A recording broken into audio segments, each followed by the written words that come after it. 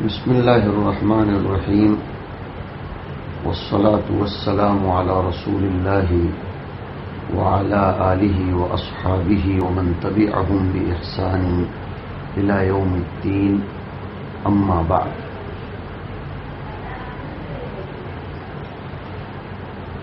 معاشرے کو سلامت رکھنے کے لیے جہاں ایک دوسرے پر اعتماد کرنا، ایک دوسرے کا اعتماد بحال رکھنا، کسی پر بھروسہ کرنا اور کسی کے بھروسے پر پورا اترنا ضروری ہے، وہیں اسلامی تعلیمات میں یہ بات بھی ملتی ہے کہ آدمی کو ہمیشہ چوکنا اور ہوشیار رہنا چاہیے۔ معاملات مالیہ میں بالکل کسی پر اعتماد کر کے اس کو اپنے راز سے واقف نہیں کرا دینا چاہیے۔ مالی معاملات میں چاہے حضر میں ہوں یا سفر میں بالکلیہ کسی پر اعتماد نہ کیا جائے۔ سفر میں اور زیادہ احتیاط برتنی چاہیے۔ یہ اسلام کی تعلیمات اساسیہ میں سے ایک بنیادی تعلیم ہے۔ اس سے پہلے کی کسی مجلس میں یہ بات آئی تھی کہ اسلام بھولے پن کو پسند نہیں کرتا۔ اسلام مسلمان کو بالکل سیدھا سادہ بھولا بن کر رہنا کہ ہر کس و ناکس پر ہر وقت اعتماد کلی کر لے، اس کا بھی قائل نہیں ہے۔ چنانچہ اس سلسلے میں ایک بہت اچھی روایت حدیثوں میں ملتی ہے۔ ایک صحابی حضرت عمرو ابن فغوا اپنے والد سے روایت کرتے ہیں کہ رسول اللہ صلی اللہ علیہ وسلم نے مجھے ایک دفعہ بلایا۔ آپ علیہ الصلاۃ والسلام کا ارادہ تھا کہ کچھ مال مجھ کو دے کر ابو سفیان کے پاس بھیجیں تاکہ ابو سفیان قریش کے درمیان مکے میں اس مال کو تقسیم کر دیں۔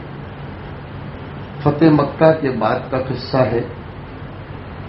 مؤلفت قلوب اسلام میں ایک مستقل مصرف ہے کہ جو لوگ نئے نئے مسلمان بنے ہیں ان کو اسلام پر ثابت قدم رکھنے کے لیے کچھ مدد کی جاتی رہنی چاہیے تاکہ وہ مرتد یا منحرف نہ ہو جائیں۔ اسی طریقے سے کچھ غیر مسلموں کو اسلام کی طرف مائل کرنے کے لیے بھی اور اسلامی اخلاق ان کے دلوں میں راسخ کرنے کے لیے انہیں کچھ مالی تعاون، کچھ خدمتی تعاون کر دینا چاہیے۔ تو اس سلسلے میں حضور پاک علیہ الصلاۃ والسلام نے فتح مکہ کر لینے کے بعد ابو سفیان کے نام کچھ مال بھیجنے کے لیے مجھے بلایا۔ یہ ہے حدیث۔ حضور نے اس وقت فرمایا کہ تم جا رہے ہو تو اپنا کوئی ہمسفر ساتھی ڈھونڈ لو۔ سمجھ میں آتا ہے کہ سفر میں اکیلا نہیں جانا چاہیے، بالخصوص ایسے موقع پر جبکہ ساتھ میں کوئی مال، کوئی امانت، کوئی قیمتی اور ویلیویبل چیزیں ہوں تو ساتھ میں کسی کو لے جانا چاہیے۔ اور ویسے بھی لگے ہاتھ یہ سناتا چلوں، حدیث شریف میں آتا ہے کہ سفر میں کم از کم 3 لوگ ہونے چاہیے۔ ایک کے بارے میں فرمایا کہ الراکب شیطان والراکبان شیطانان وثلاثۃ جماعۃ وید اللہ علی الجماعۃ۔ اور ایک روایت میں یوں آتا ہے آداب السفر اور ابواب السفر میں کہ جب تم لوگ 3 لوگ مل کر سفر کرو تو فلیؤمروا احدہم، کسی ایک کو امیر بنا دو۔ حضور پاک علیہ الصلاۃ والسلام کی اس سلسلے میں دور اندیشی، مصلحت پسندی بھی دیکھیے کہ حضور نے عمرو کو جب بھیجنا چاہا تو فرمایا کہ میں تمہیں مال لے کر بھیج رہا ہوں، اپنے ساتھ کسی ساتھی کو ڈھونڈ لو۔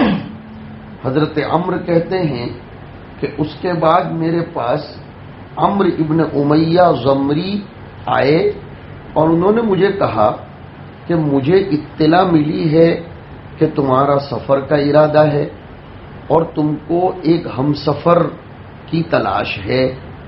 حضرت عمرو کہتے ہیں میں نے جواب دیا جی ہاں، میں سفر میں جانا چاہتا ہوں اور مجھے اپنے ساتھ کسی کو لے جانا ہے۔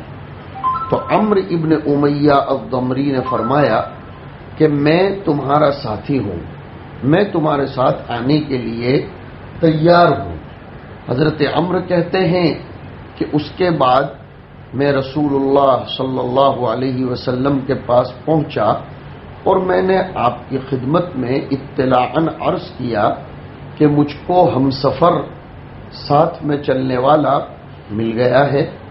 حضرت عمرو کہتے ہیں کہ حضور نے ضرور دریافت تو فرمایا کہ تمہارا ساتھی کون ہے؟ میں نے جواب دیا عمرو ابن امیہ الضمری۔ اس پر حضور نے ارشاد فرمایا اب کام کی بات آئی کہ عمرو ابن امیہ الضمری کی قوم کے علاقے میں پہنچو تو اس وقت خوب ہوشیار ہو جانا، راستے میں تمہارے ساتھی کی قوم کا علاقہ اور ان کا آبائی وطن پڑتا ہے، جب وہاں پہنچو تو خوب چوکنا اور ہوشیار ہو جانا، اس لیے کہ حضور نے خود فرمایا کہ اس لیے کہ کسی کہنے والے نے کہا ہے کہ بکری اگرچہ تمہارا بھائی ہو مگر پھر بھی اس سے بے خوف مت رہو، یعنی اپنا سگا بڑا بھائی اس پر بھی مال کے بارے میں اعتماد مت کرنا، بالکل اس پر مامون مت رہنا، چوکنا رہنا۔ چنانچہ عمرو کہتے ہیں کہ ہم نکلے یہاں تک کہ جب مقام ابوا میں پہنچے۔ ابوا ایک جگہ کا نام ہے جہاں حضور کی والدہ محترمہ کا وصال اور انتقال ہوا تھا۔ تو جب ہم مقام ابوا میں پہنچے تو عمرو ابن امیہ یعنی میرے ساتھی نے کہا کہ میں ایک ضرورت سے اپنی قوم کے پاس ودان جگہ پر جانا چاہتا ہوں، تم میرا انتظار کرو۔ میں نے کہا کہ جاؤ مگر راستہ مت بھول جانا۔ پھر جب وہ پیٹ پھیر کر چلے تو عمرو فرماتے ہیں کہ مجھے رسول اللہ صلی اللہ علیہ وسلم کی بات یاد آ گئی۔ کیا بات یاد آ گئی؟ کہ جب تم ان کی قوم کے علاقے پر سے گزرو تو چوکنا اور ہوشیار رہنا۔ تو مجھے یہ بات نصیحت جیسے ہی یاد آئی تو میں جلدی سے اپنے اونٹ پر سوار ہو گیا، اونٹ کو ایڑ لگائی، آج کی زبان میں بولیں گے ٹاپ گیئر میں گاڑی ڈالی، اس کو تیزی کے ساتھ بھگاتا ہوا نکلا، یہاں تک کہ جب میں مقام اصافر میں پہنچا تو میں نے دیکھا کہ عمرو ابن امیہ اپنی قوم کے کچھ لوگوں کو لیے ہوئے میرے سامنے آ رہے ہیں۔ حضرت عمرو کہتے ہیں میں نے اپنے اونٹ کو اور تیزی کے ساتھ دوڑایا اور کافی آگے نکل گیا۔ جب عمرو کی قوم کے لوگوں نے دیکھا کہ میں ان کے ہاتھ سے نکل گیا ہوں تو وہ واپس چلے گئے اور عمرو ابن امیہ تنہا میرے پاس آئے اور کہا کہ مجھ کو اپنی قوم سے اصل میں ایک کام تھا، اس لیے میں گیا تھا۔ حضرت عمرو کہتے ہیں میں نے جواب دیا ٹھیک کہتے ہو۔ ہم چلے یہاں تک کہ مکہ مکرمہ پہنچے اور مال میں نے ابو سفیان کے حوالے کر دیا۔ اس روایت میں جو میں نے آپ کو سنائی حضرت عمرو ابن فغوا کی امانت و دیانت کا تو پتہ چلتا ہی ہے کہ مکہ مکرمہ مال بھیجنے کے لیے حضور نے ان کا انتخاب فرمایا۔ پتہ چلا کہ کسی کے ساتھ پارسل یا مال بھیجنا ہو تو ہوشیار، چوکنا اور قابل اعتماد آدمی کا انتخاب کرنا چاہیے۔ اور حضور اصل میں قریش مکہ میں کچھ مال تقسیم کرنا چاہتے تھے، اور ابو سفیان کے ہاتھ میں اس لیے بھیجا کہ ابو سفیان کی سیادت اور ابو سفیان کو مکہ میں قیادت تھی۔ پتہ چلا کہ کسی قوم اور برادری میں مال بانٹنے کے لیے اس قوم کے بڑے آدمی کا انتخاب کرنا چاہیے، کسی ایرے غیر نتھو سے یہ خدمت نہیں لینا چاہیے، جیسے حضور پاک علیہ الصلاۃ والسلام نے مال بٹوانے کے لیے، تقسیم کروانے کے لیے ابو سفیان کا انتخاب فرمایا۔ اور حضور نے عمرو ابن فغوا کو یہ فرمایا کہ دیکھو تم کوئی ساتھی تلاش کر لو۔ سفر فی نفسی ہی ایک مشقت کی چیز ہے، اس لیے حضور نے تنہا انہیں جانا پسند نہیں فرمایا، کسی ہم سفر کو تلاش کرنے کا حکم دیا تاکہ بسہولت سفر طے کیا جا سکے۔ حضور صلی اللہ علیہ وسلم کے فرمان کے بموجب حضرت عمرو ابن فغوا کو ایک ہم سفر کی تلاش تھی۔ ادھر جب حضرت عمرو ابن امیہ کو اس کا علم ہوا تو انہوں نے اپنے ہم سفر بننے کے لیے خود سے پیشکش کر دی۔ حضرت عمرو ابن فغوا خدمت اقدس میں حاضر ہوئے اور ہم سفر ساتھی مل جانے کی اطلاع دی تو حضور صلی اللہ علیہ وسلم نے پوچھا کہ تمہارا وہ ہم سفر کون ہے؟ حضرت عمرو نے بتایا کہ عمرو ابن امیہ ضمری۔ ہم سفر مجھے مل گیا ہے۔ ہم سفر مل جانے پر حضور نے مال عمرو کے حوالے کر دیا اور ساتھ ہی یہ نصیحت فرمائی کہ دوران سفر جب تم عمرو ابن امیہ ضمری کی قوم کے علاقے میں پہنچو تو ذرا ہوشیار اور چوکنے ہو کر رہنا، ایسا نہ ہو کہ تم کسی سازش کا شکار ہو جاؤ اور پھر کف افسوس ملنا پڑے۔ حضور اکرم صلی اللہ علیہ وسلم کی اس ہدایت و نصیحت کا یہ مطلب ہرگز نہیں لیا جائے گا کہ عمرو ابن امیہ قابل اعتماد نہیں ہے، حضور ایسا کہنا چاہتے تھے، اس لیے کہ اگر ایسا ہوتا تو حضور ہرگز حضرت عمرو کو ان کے ساتھ جانے کی اجازت نہ دیتے، بلکہ حضور کی ہدایت و نصیحت کا مقصد صرف حزم اور احتیاط کی تعلیم دینا ہے۔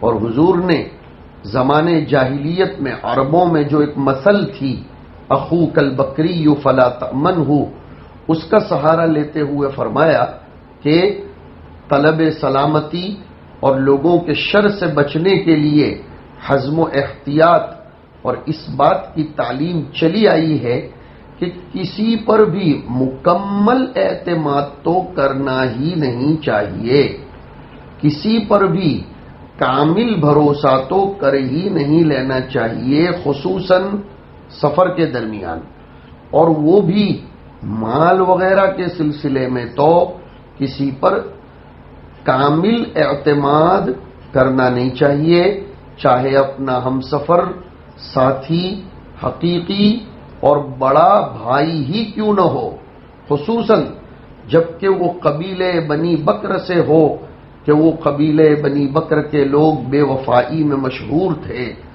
کیوں کہ ارادہ اور نیت کے بدلنے میں دیر نہیں لگا کرتی۔ مال یہ انسان کی نیت کو بہت جلدی بگاڑ دیتا ہے، الا ماشاء اللہ، الا ماشاء اللہ، اس لیے کہ ان النفس لامارۃ بالسوء الا ما رحم ربی۔ حزم اور احتیاط اس میں ضرور اختیار کرنا چاہیے۔ دنیا میں آئے دن اس طرح کے کتنے واقعات پیش آتے ہیں، ہمارے سامعین اخبار پڑھتے ہیں، معاشرے میں رہتے ہیں تو انہیں اس بات کا علم ہے کہ آج کل تو مال کی بنیاد پر سگی اولاد اپنے باپ کو قتل کر دے رہی ہے، مال کی بنیاد پر بیوی اپنے شوہر کا قتل کروا دیتی ہے، مال کی بنیاد پر کبھی کبھی ماں اپنی اولاد کا مرڈر کروا دیتی ہے، اس لیے کہ مال بڑی خطرناک چیز ہے۔ اور سفر کو حضور نے خاص طور پر اس لیے پیش فرمایا، سفر میں بیگ چوری ہو جانا، سفر میں جیب کٹ جانا، سفر میں لٹ جانا، اس قسم کے واقعات بکثرت پیش آتے ہیں۔ اس لیے حضور پاک علیہ الصلاۃ والسلام نے اس میں چوکنا رہنے کے بارے میں ارشاد فرمایا۔ اور جیسے وہ عمرو بن امیہ کہتے ہیں کہ جب میں مقام ابوا پر پہنچا، مکہ اور مدینہ کے درمیان ایک پہاڑی کا نام ہے، کسی زمانے میں یہاں آبادی بھی تھی، اور ابوا ودان سے متصل ہے اور مشرق کی جانب 8 میل کے فاصلے پر واقع ہے۔ وہیں حضور صلی اللہ علیہ وسلم کی والدہ ماجدہ کی قبر ہے، جیسے جزیرۃ العرب کے مصنف نے اس کو لکھا ہے۔ تو وہاں پہنچ کر وہ عمرو بن امیہ نے یوں کہا کہ میں ودان جانا چاہتا ہوں، بدر اور رابغ کے درمیان ہے، رابغ سے 35 کلومیٹر کے فاصلے پر واقع ہے۔ حضور کا ایک غزوہ جو ودان کے نام سے مشہور ہے اسی مقام پر ہوا تھا۔ خلاصہ یہ ہے کہ عمرو بن فغوہ کہتے ہیں کہ جب ہم مدینہ منورہ سے روانہ ہو کر ابوا نامی جگہ پر پہنچے تو عمرو بن امیہ نے مجھ سے کہا کہ مجھے اپنی قوم سے ایک ضروری کام ہے، اس لیے میں ذرا ودان میری قوم سے ملنے کے لیے جانا چاہتا ہوں، تو تم میری واپسی تک یہی انتظار کرنا۔ بجائے امر کے استفہام مقدر مان کر یہ مطلب ہوگا کہ کیا تم میرے انتظار میں رکے رہو گے؟ اس پر حضرت عمرو بن فغوہ نے فرمایا جاؤ میں تمہارا انتظار کروں گا، مگر دیکھو راستہ مت بھول جانا، یعنی واپسی میں بہت تاخیر مت کرنا۔ حضرت عمرو بن فغوہ کہتے ہیں کہ جب عمرو بن امیہ چلے تو مجھے رسول اللہ صلی اللہ علیہ وسلم کی نصیحت یاد آ گئی کہ جب عمرو کی قوم کے علاقے میں پہنچو تو ذرا ہوشیار اور چوکنا ہو کر رہنا۔ میں نے اپنی سواری کو تیزی کے ساتھ آگے بڑھایا یہاں تک کہ میں مقام اصافر میں پہنچ گیا۔ اصافر یہ مدینہ منورہ اور مکہ مکرمہ کے درمیان مدینہ سے قریب ایک پہاڑ کا نام ہے۔ میں جب مقام اصافر میں پہنچا تو دیکھا کہ عمرو اپنی قوم کے کچھ لوگوں کو ساتھ لیے آ رہے ہیں، تو میں نے سواری کو اور تیزی کے ساتھ دوڑایا یہاں تک کہ میں کافی دور نکل گیا۔ عمرو کی قوم کے لوگوں نے جب یہ منظر دیکھا اور سمجھ لیا کہ اب مجھ کو پانا ان کے لیے مشکل ہے تو وہ واپس چلے گئے، اور عمرو میرے پاس تنہا آئے اور پھر یہ جملہ دہرایا کہ مجھ کو اپنی قوم سے کچھ کام تھا۔ حضرت عمرو بن فغوہ نے جواب میں صرف وہاں اور ٹھیک ہی کہنے پر اکتفا کیا تاکہ عمرو کو اس کا علم نہ ہو جائے کہ مجھ کو ان کی قوم پر اعتماد نہیں تھا، یا یہ کہ میں ان کی نیت پر مطلع ہو گیا تھا۔ اس سے بھی سبق ملتا ہے کہ سامنے والے کو اپنی کم اعتمادی، بد اعتمادی، بے اعتمادی کا اظہار نہیں کرنا چاہیے، حکمت سے کام لینا چاہیے۔ ہم لوگ مسئلے کو الجھا دیتے ہیں، کبھی صراحتاً کہہ دیتے ہیں کہ ہمیں تم پر اعتماد نہیں ہے، 1 روپیے کا بھروسہ نہیں ہے۔ یہ طریقہ بھی غلط ہے، اس لیے کہ اس طرح کہنے سے سامنے والا یہ بغاوت پر اتر آتا ہے، اور پھر وہ یہ کہتا ہے یا سوچتا ہے کہ جب مجھ پر اعتماد ہے ہی نہیں تو میں بھی کر کے بتاتا ہوں کہ بے اعتمادی اور بد اعتمادی کسے کہا جاتا ہے۔ حضرت عمرو بن فغوہ نے حضرت عمرو بن امیہ زمری یا ان کی قوم کے بارے میں جو گمان قائم کیا تھا اس کے درست اور نادرست دونوں ہونے کا امکان ہے، کیونکہ عمرو کی قوم کے لوگ ممکن ہے اس لیے آ رہے ہوں کہ عمرو بن فغوہ کا استقبال اور ان کی مشایعت کرے، اور عمرو بن فغوہ نے ان پر جس بات کا شبہ کیا تھا اس کا بھی امکان ہے۔ دونوں چیزوں کو انہوں نے سوچا ہو اور دونوں چیزیں ان میں آئی ہو، بدگمانی بھی ہو گئی ہو۔ بہرحال اس حدیث سے حضور اکرم صلی اللہ علیہ وسلم نے ہم لوگوں کو ایک بہت بڑا سبق دیا کہ مسلمان بھولا بھالا اور اتنا زیادہ کریم، رحیم، شفیق اور ہمدرد نہیں ہونا چاہیے کہ ہر کس و ناکس پر ہر وقت اعتماد کر لے، بلکہ اسے مال کے بارے میں، بالخصوص عزتوں کے بارے میں، اپنے گھر کی عورتوں کے بارے میں، اپنے انفس، اعراض، اموال وغیرہ کے بارے میں بہت زیادہ چوکنا رہنے کی ضرورت ہے۔ ہمارے معاشرے میں آج کل مسلمانوں میں اس بات کی بھی کمی ہے۔ مسلمان بہت زیادہ بھولا بھالا رہتا ہے، کبھی اعتماد نہیں کرتا تو بالکل نہیں کرتا، اور کرتا ہے تو اپنے سر کے بال سے لے کر پیر کے ناخن تک کسی کو سپرد کر دیتا ہے۔ نہیں، اعتماد بھی کرو، احتیاط بھی کرو، اعتماد بھی کرو اور احتیاط بھی کرو۔ اسی لیے تو ایک روایت میں حضرت ابو ہریرہ رضی اللہ تعالیٰ عنہ فرماتے ہیں کہ رسول اللہ صلی اللہ علیہ وسلم نے فرمایا کہ مومن ایک سوراخ سے 2 مرتبہ نہیں ڈسا جاتا، یا یہ کہ مومن ایک سوراخ سے 2 مرتبہ دھوکہ نہ کھائے، نہ ڈسا جائے۔ اس کا ایک مطلب تو یہ ہے کہ قابل تعریف مومن وہ ہے جو آخرت کے معاملے میں انتہائی متیقظ، ہوشیار، بیدار مغز ہو، کہ ایک مرتبہ اگر چوک ہو گئی اور کسی معاملے میں اگر دھوکہ کھا گیا تو پھر ہمیشہ کے لیے بیدار اور ہوشیار ہو جاتا ہے، اور پھر کبھی ایسا کوئی کام نہیں کرتا جو شرمندگی اور رسوائی کا باعث ہو۔ یعنی آخرت کے معاملے میں پھر کبھی دھوکہ نہیں کھاتا، اور کسی چال باز کے چکر میں نہیں آتا، اور نہ ہی اس پر چال بازی چل پاتی ہے۔ جس طرح کے بچھو کے سوراخ میں کوئی انگلی ڈالے اور بچھو اسے ایک مرتبہ ڈنک مار دے تو پھر دوبارہ اس سوراخ میں انگلی ڈالنا یہ محض بے وقوفی ہے، کوئی انگلی نہیں ڈالتا۔